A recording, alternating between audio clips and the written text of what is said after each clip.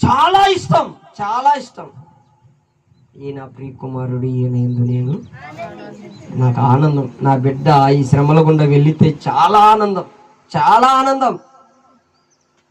నాన్న నీ చిత్తమే జరిగించునుగాక, నీ ఇష్టమే జరిగించునుగాక. ఈ శ్రమల గుండా బాప్తిసం నేను అనుభవించబడునుగాక. వెళ్ళిపోతా. గెస్తేమేన్ తోటలోకి వచ్చేసారు, బంధించారు. పేతురు గారు ఎమ్మటే కోపంతో వరలో ఉన్న కత్తి తీసుకొని మొలుకనే బంటుని చెవు నరికేశారు. పేతురు, నేను ఏ పని మీద ఉన్నానో నీకు తెలుసా? ఏ దానికి ఇబ్బంది పడుతున్నాను నీకు తెలుసా? నీకు తెలియకనే పాపం అమాయకుడైన చెవును నరికేసావయ్యా. పాపం ఇబ్బంది పడుతున్నా చెవు తీసుకొని పాపం మలుకు తగిలిచ్చి వెళ్ళు నాయనా, నువ్వు చేసిన పని మంచిది. బంధించడం అంటే మంచి పని, ఎందుకంటే ఇది కాదా నా దేవునికి ఇష్టమైంది. పేతురు కత్తి పట్టినవాడు 5వ బాప్తిస్మం.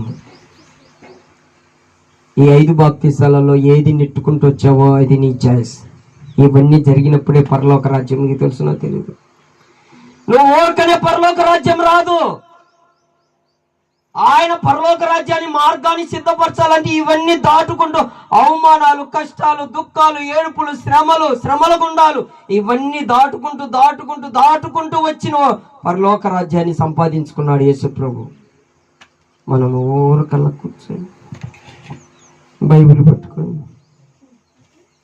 రోజుకొక అధ్యాయం చదివింది ఏం అర్థం కాక, ఆ దేవుడు ఏం మాట్లాడింది అర్థం కాక చదివినామంటే ఆ చదివిన ఏం చదివిన మత్తయి సువార్త, మార్కు సువార్త, లోకా సువార్త ఏముంది నీతో? ఈరోజు దేవుడు ఏం మాట్లాడాలనుకున్నాడో దేవుడు మాట్లాడా? చదివిన కదా ఏం మాట్లాడతాడు? మాట్లాడడానికే కదా చదవమన్నది. దేవుడు మాట్లాడతాడు, నువ్వు చదువు. దేవుడు ఏ విషయాలు నీకు చెప్పాలనుకున్నాడో చదువు. ఈ రోజు నీ ప్రయాణంలో దేవుడు ఏం చెప్పాలనుకున్నాడో చదువు.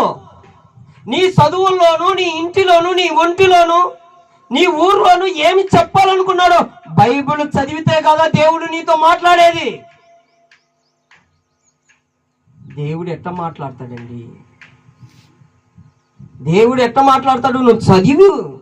దేవుడు చెప్పిన మాటలు చదువు, నీతో మాట్లాడతాడు. దేవుడు మాట్లాడకుండా నీ ప్రయాణం జరగకూడదు.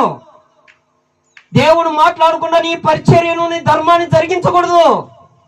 దేవుడు మాట్లాడకుండా నీ అడుగు కూడా బయటికి పెట్టకూడదు. దేవుడు మాట్లాడితేనే నువ్వు ఇంట్లోంచి బయటికి పెట్టాలి. దేవుడు మాట్లాడాలంటే ఏం చేయాలా? నువ్వు పొద్దున్నే దేవా ఏం మాట్లాడాలను చెప్పండి. బైబిల్ ఉన్నాయండి, ఆయన మాటలు చదవాలి. ఆయన ఏం చెప్తాడో మీరు వినాలి, దాని ప్రకారం నడవాలి. యేసు ప్రభు వారు కూడా బైబిల్లో ఏముందో అదే చదివాడు. చూడండి ఎబ్రీ పత్రిక లాస్ట్ మాటలు చెప్పి నేను ముగిస్తా.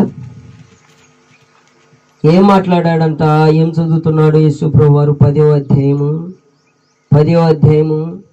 5, 6 వచనాలు చదవండి. 7వ వచనం కూడా.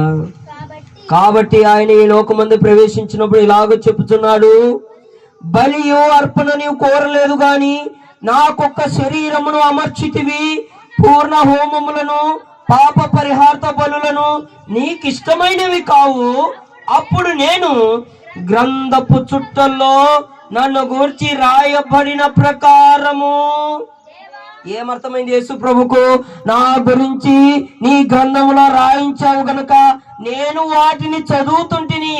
గ్రంథపు చుట్టలో నన్ను గూర్చి రాయబడిన ప్రకారము దేవా నీ చిత్తము నెరవేర్చుటకు ఇదిగో నేను వచ్చి ఉన్నాను. నీ గ్రంథములో ఏదైతే ఉందో దాని ప్రకారమే నడవడానికి ప్రతిదినం ఏం చేస్తున్నానంట?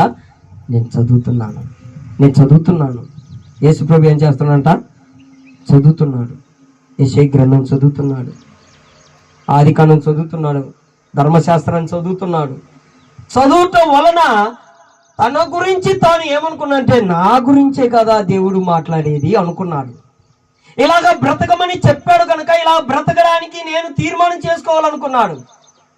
యేసు ప్రభు చదివాడు కనుకనే ఇలాగ చావాలి, శ్రమల గుండా వెళ్ళాలని తెలుసుకున్నాడు కాబట్టి ఆ శ్రమల గుండా వెళ్ళాడు. ఏమి తెలుసుకోకుండా యేసు ప్రభు ప్రారంభము చేయలేదు. అందుకే మన జీవితంలో కూడా అనుదినము బైబిల్ చదవడము, దేవుడు నాతో మాట్లాడాలని కోరుకోవడం కూడా చాలా ఇంపార్టెంట్ క్రైస్తవ జీవితానికి. అంత తాగిపోకుండా 6వ బాప్తీసానికి మనం వద్దాం. లాస్ట్ మాట నేను చెప్పి నేను ముగిస్తాను.